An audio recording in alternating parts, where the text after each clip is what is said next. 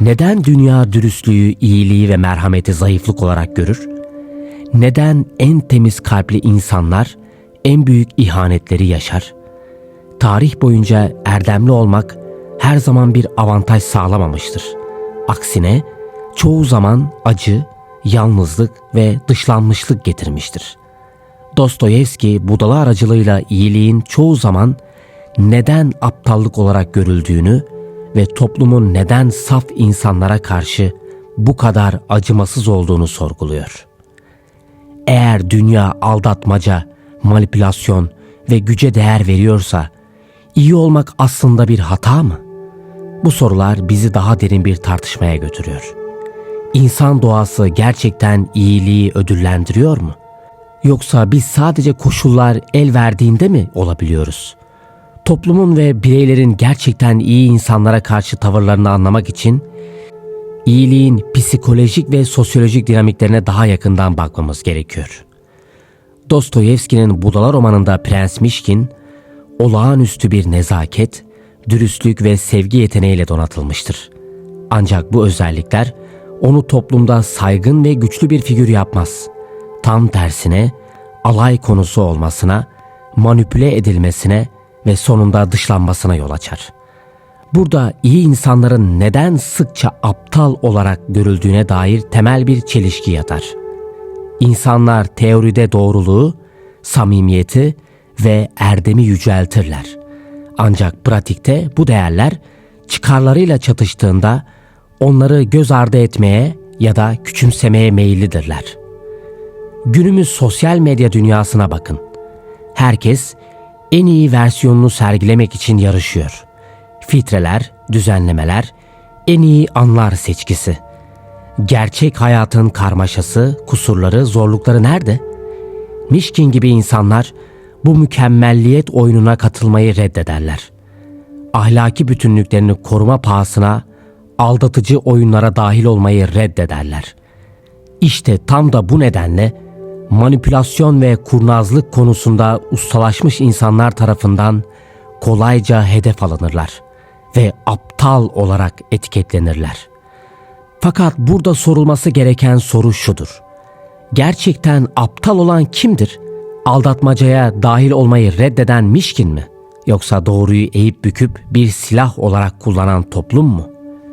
Tarih boyunca en büyük liderler ve filozoflar iyiliğin ve dürüstlüğün hayatta kalmak için tek başına yeterli olmayacağını savunmuşlardır. Niccolo Machiavelli, Prens adlı eserinde başarılı bir yöneticinin bazen ahlaksız olmayı bilmesi gerektiğini söyler. Ona göre dünyada sadece sonuçlar ödüllendirilir, ahlaki bütünlük değil. Bu düşünce modern toplumda da yankı bulur. İş dünyasında, siyasette ya da sosyal ilişkilerde başarıya ulaşmak isteyen kişiler çoğu zaman stratejik düşünmek, ilişkilerini dikkatlice yönetmek ve gerektiğinde gerçek hislerini saklamak zorunda hissederler. Bir insan ne kadar iyi olursa olsun, eğer bu oyunu oynamayı reddederse, tıpkı Prens Mişkin gibi kolayca ezilmeye mahkum olabilir. İşte bu yüzden iyilik çoğu zaman saflıkla, hatta aptallıkla karşılaştırılır. Yani karıştırılır. Mişkin trajedisinde de tam olarak burada yatar. O zekasız olduğu için değil, insan ilişkilerinin bu karanlık doğasını kabul etmeyi reddettiği için aptal olarak görülür. İnsanların birbirlerini nasıl manipüle ettiğini, sosyal dinamiklerin nasıl işlediğini anlayamaz değil.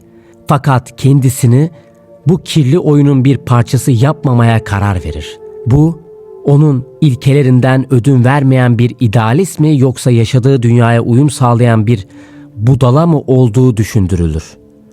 Belki de ikisi de birden.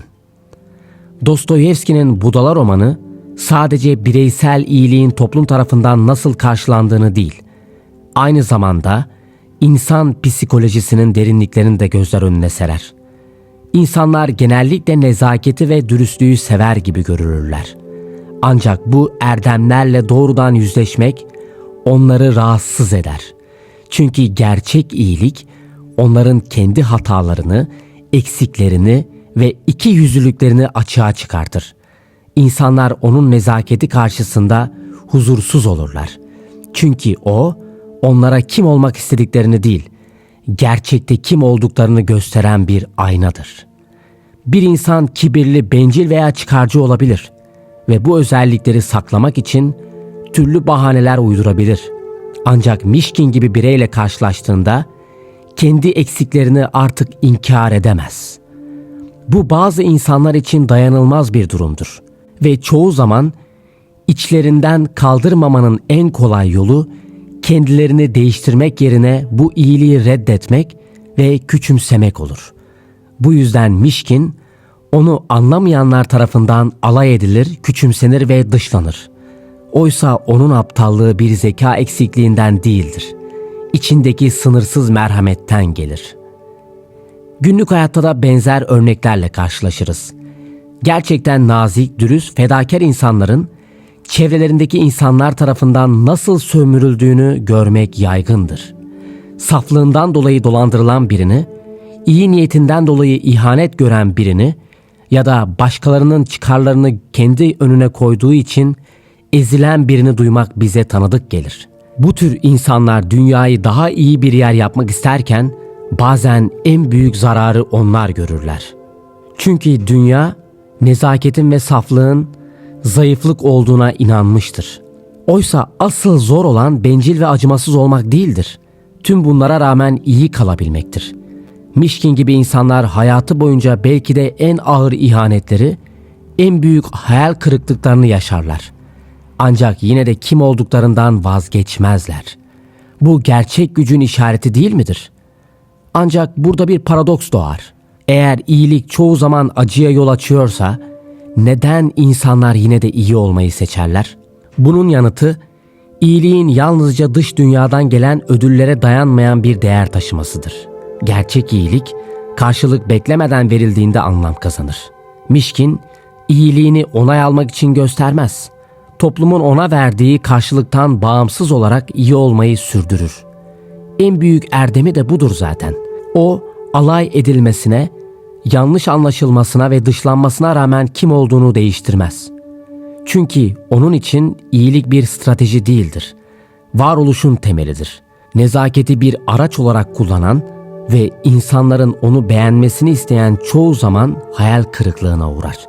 Fakat iyiliği içselleştiren, dış dünyadan gelen olumsuz tepkilere rağmen yoluna devam eder.